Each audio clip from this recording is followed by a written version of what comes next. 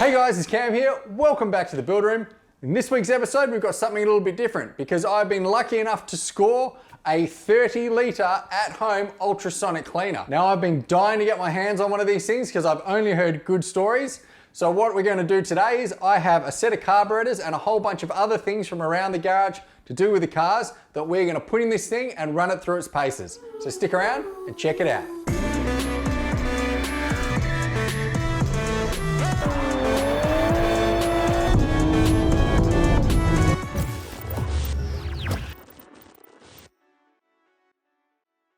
Okay, so before we take a look at the ultrasonic cleaner, it's sitting on a table over there. I haven't even unboxed it yet. We're gonna do that together. But first up, I have a disclosure piece. Now, if you're a regular watcher of the channel, you will know that occasionally I do reviews on the tools that I buy. So most recently, I did the 4-motor oilless air compressor, the Chicago Air Jobby behind me. That thing is holding up great, really happy with that purchase.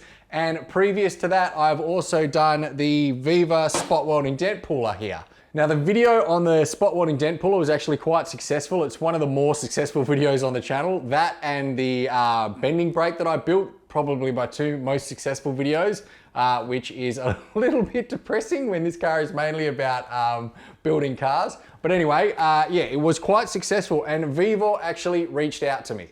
So that in and of itself is a big milestone and they're not paying me to do a review, but what they did offer was to send me out a sample unit of the ultrasonic cleaners, and that is what we've got to take a look at today. So I wanted to be upfront about the fact that I did not pay for this unit, but I'm not being paid for this review, so the opinions and the methodology we're going to use to test this thing, they're all my own, so you'll get the same level of honesty as you did with these two things. So with that said, let's take a look at the unit. All right, so first things first, this is a big box by the looks of things. It should be a big unit. I did ask for a larger one so that I could get the stuff that we want to try into it. Oh, this is going to be fun. All right, so as I said, this is the 30 litre unit. That is about the extent of my knowledge on it. We're going to find out what the deal is. This is the manual. We'll put that to the side for now. We'll only read it in a last resort. Looks like we've got a drainage hose, power cable. That's just a standard, you know, IEC cable for a computer. We have a basket to hold what we put in there. And then the unit itself, plus the lid, obviously. Let's have a look. All right, throw that back in. Those rubber feet don't actually sit on the bottom of the tank. Doesn't seem like they fit in, so that's a bit weird. I don't know if it's by design like that, but anyway, we'll just keep moving. It's got a drain there, which drains through this point here, obviously. And then it's got the controllers here. Now there's a couple of different versions of ultrasonic cleaners, basically the frequency that it works at. I'll just see which type this is. We'll read these instructions. All right, so if we focus in on this table, you can see that the model I've got should be the JPS 100A at the bottom of that table. 500 by 300 by 200 tank size. 30 litre in capacity, 600 watts, and it's functioning at 40 kilohertz. Maximum time limit up to 30 minutes to set, and a 600 watt heating element. And we can set the temperature between 0 and 80 degrees Celsius. So from what I've read on these things, because like I said, I've been wanting one of these for a while. The only things that stopped me were the price of some of the ones I found online and the fact that it's still tight in here for space. So this will probably be boxed back up and stored somewhere when we're done here. But yeah, from what I've been reading up, there's a couple of things to take into consideration. Firstly is the operating frequency of the unit. So apparently there's ones that function at 25 kilohertz and then 40 kilohertz. And this is a 40, as we just said. And the 25 kilohertz ones will be more aggressive, but the 40 kilohertz ones are better for getting into smaller spaces with the, I don't know, the cavitation bubbles or whatever they create, the ultrasonic bubbles that they create to clean things. So yeah, 40 kilohertz, we might have to put things in for a little bit longer to clean really tough stuff off, but it should get into tighter spaces. The second piece is whether they're heated or not. So not all ultrasonic cleaners have a heating element, and that's just something to consider. You can always fill it full of, you know, warm water out of the kettle or something like that before you do it. But if you're gonna be cleaning things for a long time, obviously they're gonna lose temperature. So having a heating element lets you keep that temperature stable for a long period of time and shift dirt a little bit more easily. So yeah, I don't think we need to go into the specs too much on this thing. There's really not a lot of adjustment and there's not a lot to it. The only other thing that I can think of to mention before we get into it is what you're gonna clean with. You don't actually have to have expensive cleaning fluids in order to use an ultrasonic cleaner. You can just fill it with water and let the ultrasonics do their thing. But to speed up the process and to clean more stubborn stuff, you can use a couple of options. The first one is the more environmentally conscious, and that is just gonna be simple green. Now, this stuff is cheap. This is 4 liters. I think it was $27 from Bunnings, and it's a non-toxic biodegradable cleaner that you can quite happily put in these things. The second one is a little bit more aggressive without going crazy, and that is just CT14 degreaser. So this is a heavy duty degreaser meant for bilges and things like that, but it is still safe to use in an ultrasonic cleaner. That's as far as I want to go with cleaners. You have to be careful with these things. The way ultrasonics work is they will change the ignition point or the flash point of liquids, so you can't put flammable goods in these. That's getting a little bit too ahead of the game for me. For now, I'm gonna try these and see how they go. If for some reason it doesn't work, down the track I might try something a little bit more aggressive, but I'm pretty sure we're gonna be fine with just these two here. So yeah, I'm gonna get this thing set up, get some water in it. We won't put the cleaners in yet. I'll do that when you can see the mixing ratio. Yeah, I'll come back when that's all done and I'll show you what we're gonna clean. All right. We're about half filled with water there. I wanted to leave room for what we're gonna put in it. I might have to top it up. And as you can see on the display, current temperature of that water is 43 degrees. I actually filled it from the hot tap. I didn't mean to, but it's in there now. 42, it would seem, as it cools down. It's not actually heating at the moment, and we're set at 65. I'm gonna set that lower. So we'll set that to 60 degrees. And we've got 30 minutes on the clock at the moment. Again, it's probably too much. And it should be as simple as just turning those on when we're ready to go. And this is what we're gonna start off with. So I have a set of Solex carbs here. These are off my Toyota 18RG, which is going into, well, maybe Violet Crumbles, not sure on that one, but one of my other cars at some point otherwise. And I figured this was good because we've got 2 of the same carb. I can clean one of them and then we can have a look at the difference between the two. Before I go putting my expensive carburetors into this and testing it out, I figured there's a couple of pieces I might start with beforehand. This is an intake off the same thing. They just have a air correction bar or whatever you call those things on top normally. But yeah, we've got this and we've got a thermostat housing and things like that. And these are hard to come by nowadays, so cleaning them up is always a good thing. So yeah, we're gonna start with these, and I think we'll start with the simple green cleaner. We're gonna go easy to start with, and then we'll work our way up. I would imagine we're gonna need proper degreaser when we start looking at these bad boys. Mixing wise, from what I understand, you want about 25 mils of cleaner per liter of water. We've probably got 10 or 12 in here at the moment, and I think I'll have to put more. So I'm gonna be very unscientific and just basically do a pint pot, which is 570. So I'll probably just fill it up to about there and throw that in.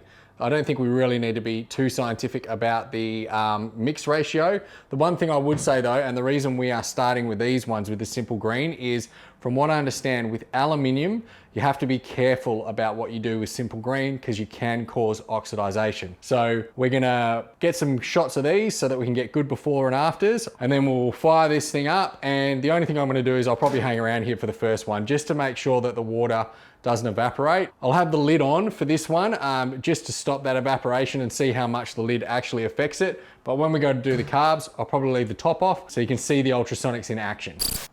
All right, that's probably enough. I'd say that's probably about 300 to 350 mils. Get her in there. I might even put the glass in too, because that's got some crud in it. We'll see if it'll clean that out.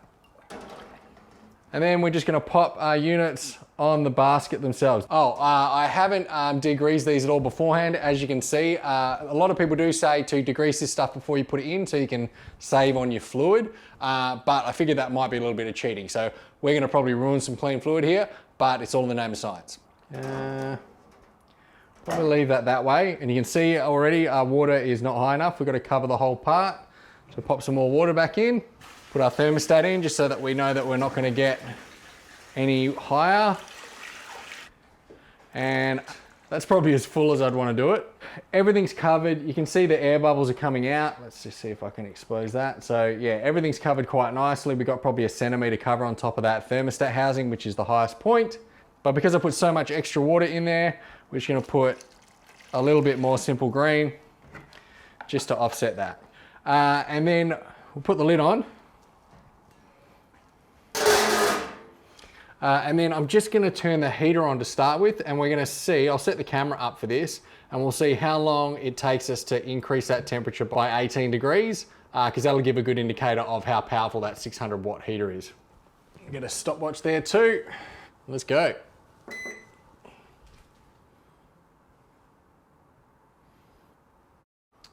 All right, 4 degrees. This is going to take a while. All right, that's 20 minutes. It's not going up as fast as I like, but it is going up. Nearly there. 3 more degrees, people. I'll see you in quarter of an hour.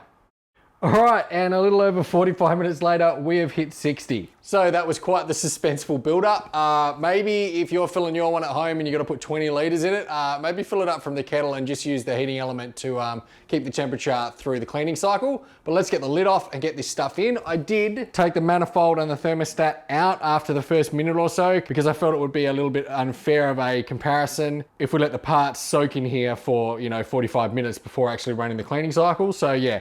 These are basically just as they were. Let's get them in there and then we'll start the ultrasonic cleaning. All right, the air's bleeding out, that's a good sign. Let's fire this thing up. Woo.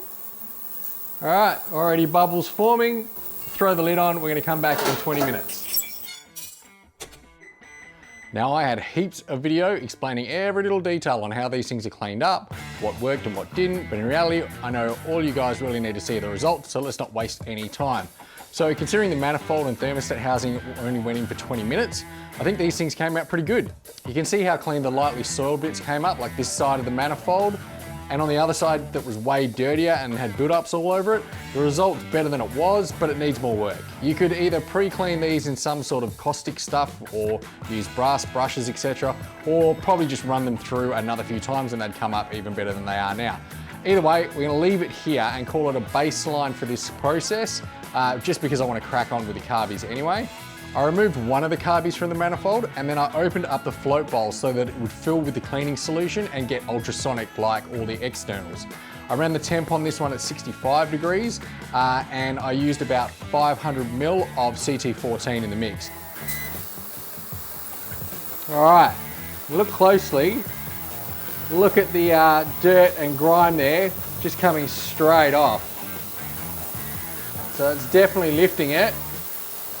Let's put the lid on this. 30 minutes later, we're gonna come back and see how we go. We're probably gonna do multiple runs, we'll see.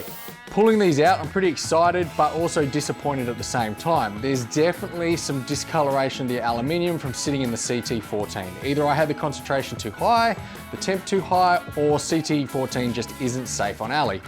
Learn from my mistake when it comes to yours.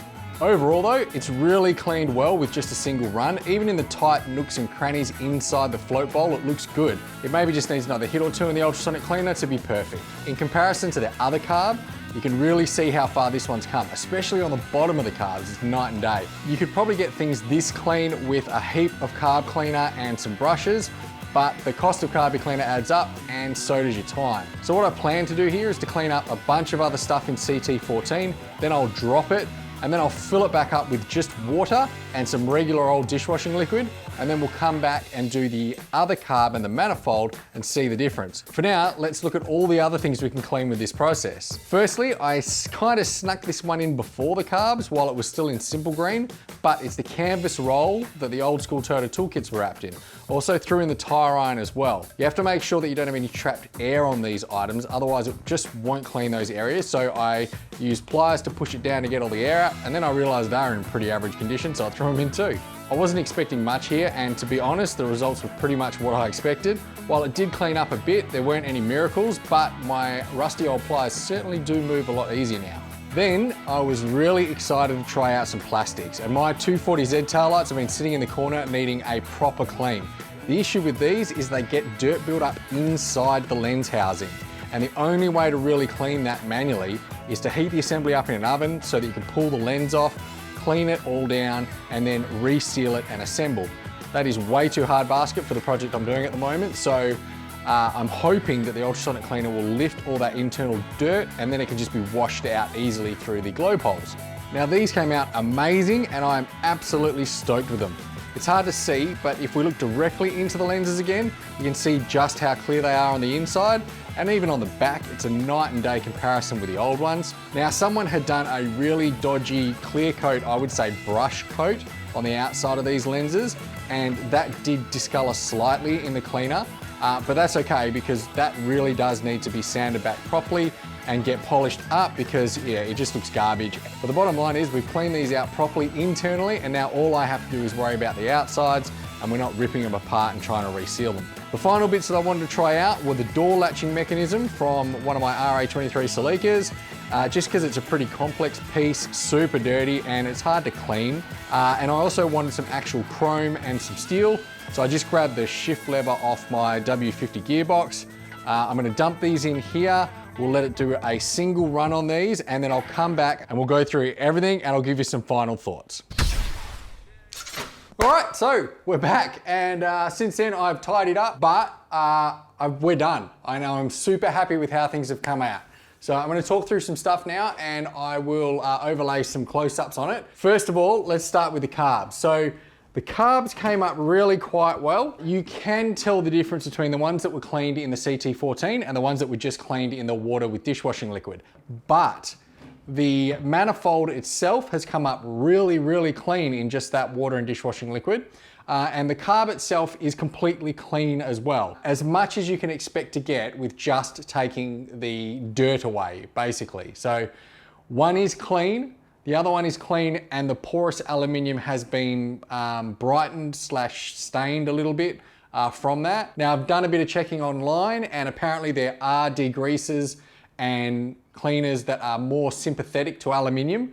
One is called Oil Eater. I plan on trying that next on the next set of carbs I have to do for the 240Z. With these ones, I wasn't too worried about the surface finish because these are probably gonna be vapor honed and then there'll be a whole bunch of parts that get zinced and things like that. But that brings up 2 points. So firstly, if you just want to clean your carbs so that they run better and they look a bit nicer in the bay, then I think this process is ideal.